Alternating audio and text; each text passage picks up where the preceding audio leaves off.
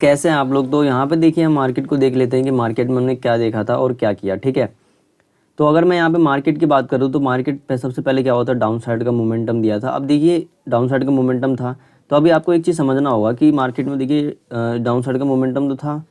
अब यहाँ पे जैसे ही ये वाला लेवल टूटा होगा, जैसे मार्केट ये सेलिंग कर रहा है और ये वाला लेवल टूटा होगा, तो इसमें क्या हुआ होगा, जैसे ही ये लेवल टूटा होगा तो क्या हुआ होगा कि जो भी सेलर यहाँ पे हैं उनके दिमाग में तो ये बैठ गया होगा कि चलो हमें सेलिंग करना है, अब हमें सेलिंग ही करना है। और जो दूसरे लोग होंगे जो बाइंग वगैरह कर रहे होंगे और जो पोजिशनल वाले होंगे उनका तो ऐसा हिट हो गया होगा। ठीक है, क्लियर बात है ये कि उनका ऐसा हिट हो गया होगा।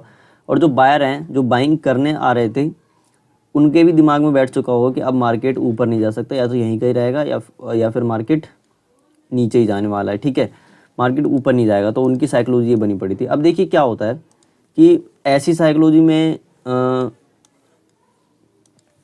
जब मार्केट ऐसा मोमेंटम देता है तो ज़्यादा लोग यहाँ पे बाइंग कर नहीं पाते, क्योंकि पहले काफ़ी दिनों से मार्केट बहुत नीचे था। ठीक है, काफ़ी ज़्यादा नीचे जा रहा था, सेलिंग में था। अब अचानक ही इतना ज़्यादा मोमेंटम आ जाता है तो यहाँ पे कोई भी बाइंग नहीं करता। वो लोग ये सोचते रहते हैं कि हमें सेलिंग करना चाहिए, मार्केट में सेलिंग करना चाहिए, क्योंकि साइकोलॉजी वहाँ पे वैसी बनी होती है। ठीक है, कि जैसे मार्केट ने ब्रेकडाउन करते आए, जैसे कि इतना सेलिंग के बाद यहाँ पे ब्रेकडाउन भी कर दिया, तो लोगों के दिमाग में क्या आ गया कि अब मार्केट गिरने वाला है और गिरेगा। ठीक है, अब जैसे ही उनकी उम्मीदें टूटती हैं तब मार्केट अपना काम करता है। ठीक है, तो अब इस मोमेंटम में तो जो भी बायर वगैरह पोजिशन वाले होंगे उनका ऐसा हिट हो गया होगा। ठीक है, और जो यहाँ पे बायर होंगे वो भी, उनका भी माइंडसेट चेंज हो गया होगा कि हमें सेलिंग ही करना है। ठीक है, तो वैसे में अब देखें तो डाउन साइड में एसएल भी नहीं है और जो लोग हैं वो सिर्फ यहाँ पे सेलिंग ही कर रहे हैं, तो यहाँ पे सिर्फ और सिर्फ सेलर्स ही आ रहे हैं। तो उस कारण यहाँ पे क्या हुआ, मार्केट ने अपसाइड का मोमेंटम दिया। अब देखिए ऐसे यहाँ पे कोई भी ज़्यादा बाइंग करता नहीं है। ठीक है, वो लोग यही सोचते रहते हैं कि हमें क्या करना चाहिए, मार्केट में सेलिंग करना चाहिए, एक रिट्रेसमेंट एज ए रिट्रेसमेंट इसको कंसीडर करते हैं वो लोग। ठीक है, उसके बाद यानी फास्ट बाइंग में कोई बाइंग नहीं करता। अब यहाँ पे कोई बाइंग कर भी लेता है, ठीक है, मान लेते कुछ लोगों ने यहाँ पे बाइंग कर लिया रैंडम कि चलो अब मार्केट ऊपर उठ सकता है, तो उन्होंने बाइंग कर लिया, तो उनकी बात हम आगे करते हैं। उसके बाद यहाँ पे ज़्यादा लोग बाइंग नहीं करते और ऐसे मोमेंटम में आते हैं, जब ब्रेकआउट होता है तब यहाँ पे बायर्स आना शुरू होते हैं। अब जब बायर्स यहाँ पे आना शुरू होते हैं तो देखिए अब मार्केट नीचे आ जाता है, तो यहाँ वाला जो बायर होगा उसको मार्केट में काफ़ी अच्छा प्रॉफिट नज़र आया होगा, तो वो तो निकल गया होगा। ठीक है, उन्हें काफ़ी अच्छा प्रॉफिट नज़र आया होगा, तो वो लोग यहाँ से निकल गए होंगे ये वाले बायर, और जो यहाँ पे बायर आया होगा उनको मार्केट निकाल चुका है, तो उसके बाद ऊपर उठा है। अब देखिए यहाँ पे हमें और क्या देखना है कि मार्केट में हम प्लान क्या बना सकते हैं। तो देखिए अब मार्केट यहाँ पे बायर्स को निकाल चुका है, तो हमें कम से कम फ्लैट या फिर गैप अप ही मिलना चाहिए। उसी केस में हम यहाँ पे बाइंग करने वाले थे कि मार्केट बायर्स को निकाल चुका है। ठीक है, यहाँ वाला बायर प्रॉफिट बुकिंग कर चुका होगा, यहाँ पे जो बायर होगा उनको मार्केट ने ऑलरेडी निकाल दिया। यहाँ पे कोई बायर आता नहीं है। ठीक है, मार्केट में काफ़ी ज़्यादा फास्ट मोमेंटम होता है, तो वहाँ पे कोई भी जल्दी काम नहीं करता। ठीक है, उसके बाद ये सेलिंग हुई तो बायर निकल चुका है यहाँ वाला। उसके बाद अगर मार्केट को ऊपर बढ़ना भी है तो गैप अप देना चाहिए या फिर फ्लैट देना चाहिए। तो हमने यहाँ पे डिस्कस करा था अगर मार्केट गैप अप देता है और फ्लैट देते ही थोड़ा पॉजिटिविटी दिखाता है तो उसी केस में हम यहाँ पे क्या कर सकते हैं, बाइंग कर सकते हैं। बाकी गैप डाउन में हम वेट करेंगे किस चीज़ का, कि मार्केट थोड़ा स्ट्रक्चर पहले बनाए, कि देखें कि मार्केट में ब्रेकआउट वगैरह होने दें, उसके बाद हम यहाँ पे ट्रेड बनाएंगे। वो हमने यहाँ पे डिसाइड करा था। बट मार्केट क्या होता है, गैप अप देता है।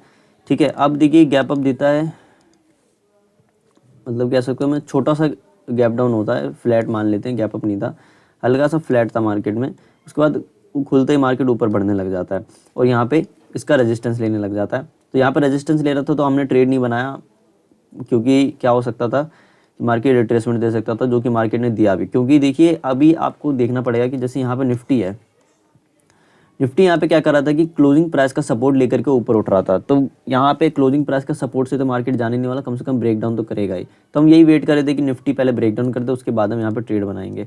अब जैसे निफ्टी ने ब्रेकडाउन किया तो ये बैंक निफ्टी ने भी काफ़ी अच्छा रिजेक्शन दे दिया।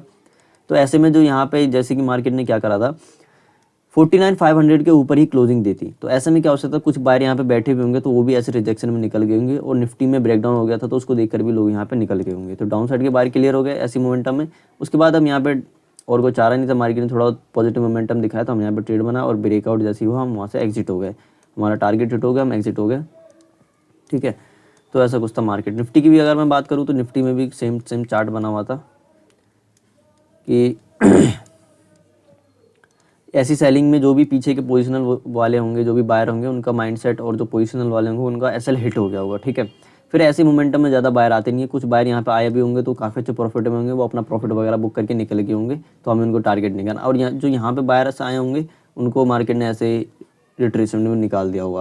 उसके बाद ऊपर जा रहा था तो कुछ बायर यहाँ पे आए हुए हो सकते हैं। तो जब मार्केट खुलता है फ्लैट खुलते ऊपर जाता है, लेकिन क्या होगा कि मार्केट क्लोजिंग प्राइस का सपोर्ट लेकर के जाता है तो बायर आने लग जाते। तो पहले मार्केट ने उनका माइंडसेट चेंज किया, उनको निकाला, उसके बाद फिर यहाँ पे क्या हुआ, अपसाइड का मोमेंटम दिया, ठीक है।